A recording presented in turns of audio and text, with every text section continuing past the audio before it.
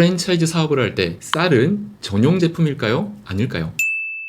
안녕하세요, 장백TV입니다. 오늘은 프랜차이즈 사업 중에서 아마 가장 중요한 물류, 그 물류 중에서도 전용 제품과 공산품에 관련돼서 이야기를 좀 하려고 합니다. 전용 제품과 공산품, 이건 어떻게 구분을 할까요? 쉽게 말씀드리면 전용 제품은 본사가 공급하지 않으면 가맹점에서 구할 수 없는 제품이라고 생각하면 좀 쉽게 이해가 되실 거예요. 반대로 공산품은 본사가 공급을 하지만 본사가 공급을 하지 않는다고 해도 쉽게 어디에서든 구할 수 있는 제품들. 자, 예를 들어 볼게요. 전용 제품 중에서는 치킨 소스, 치킨 파우더 이런 것들이 있죠. 아닌데 인터넷에 검색하면 치킨 소스 여러 가지 구할 수가 있는데 여기에서 전용 제품 치킨 소스라고 한다면 본사에 고유의 맛이 들어가 있는 게 있죠. 비슷한 게 아니라 완전 그 맛.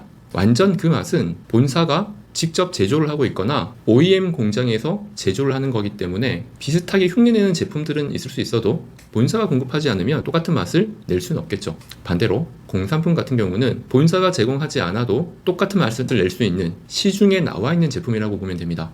예를 들자면 오뚜기 식용유, 동원 참치 이런 것들은 본사가 제공은 할 수 있겠지만 본사가 제공하지 않는다고 하더라도 옆집 슈퍼에서 살 수 있고 쿠팡에서 구매가 가능하죠. 이런 것들을 공산품이라고 보면 됩니다. 공산품을 전용 제품화 할 수는 없느냐? 그것도 가능은 해요. 하지만 어떻게 하는지 부분은 다음에 설명을 드릴게요. 자, 오늘 주제 중에 제가 이 이야기를 가지고 온 이유는 바로 쌀, 이 제품 때문에 영상 자료를 준비하게 됐어요. 왜냐면 제가 인큐베이팅 상담을 할 때 거의 빠지지 않고 하는 이야기가 쌀은 반드시 전용 상품에 두십시오 라고 이야기를 하기 때문이에요. 제가 이렇게 이야기를 하면은 프랜차이즈 사업을 잘 모르시는 분들은 왜요? 쌀이 왜 전용 상품이에요? 이렇게 반응을 하고 프랜차이즈 사업을 잘 아시는 분, 이미 프랜차이즈 사업을 어느 정도 확장하신 분도 쌀을 왜 전용 상품으로 둡니까? 이렇게 반응하시는 경우가 많은데 그럼에도 불구하고 저는 쌀을 반드시 전용 상품군에 두시라고 이야기를 합니다. 왜 그런지 이제부터 설명을 해볼게요.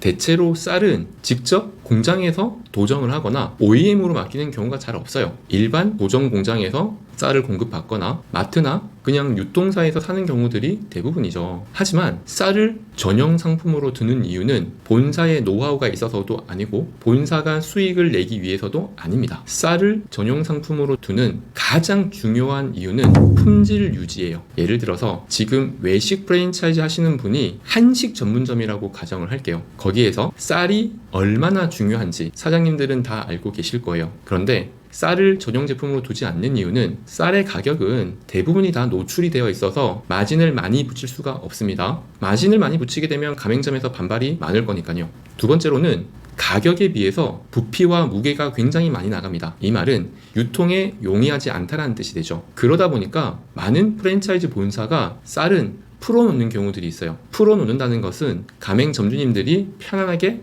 아무거나 구매할 수 있게. 하지만 밥을 지어야 되는 프랜차이즈 매장들은 밥이 얼마나 중요한지 잘 알고 있죠. 특히나 한식, 쌀의 밥맛이 더 중요한 일식 같은 경우는 더더욱 쌀이 중요합니다. 이런 경우 본사에서 쌀을 지정해 두거나 공급하지 않을 경우에는 가맹점에서 올바른 쌀을 사지 않을 가능성이 있어요. 요즘 보통 20kg 쌀 한 푸대에 한 5만원 내외로 합니다. 조금 저렴하면 4만원대 후반, 좀 비싸면 6, 7만원 정도 하죠. 최소한 그 기본 정도는 유지를 해야 되는데 예전에 제가 스시 프랜차이즈를 운영할 때가 있었어요. 그 당시에 쌀의 중요도는 굉장히 높았지만 유통이 굉장히 어려웠고 쌀에 이윤도 붙이기가 쉽지가 않았습니다. 그러다 보니까 가맹점에 이렇게 이야기를 했어요. 좋은 쌀을 자유롭게 구매를 하십시오.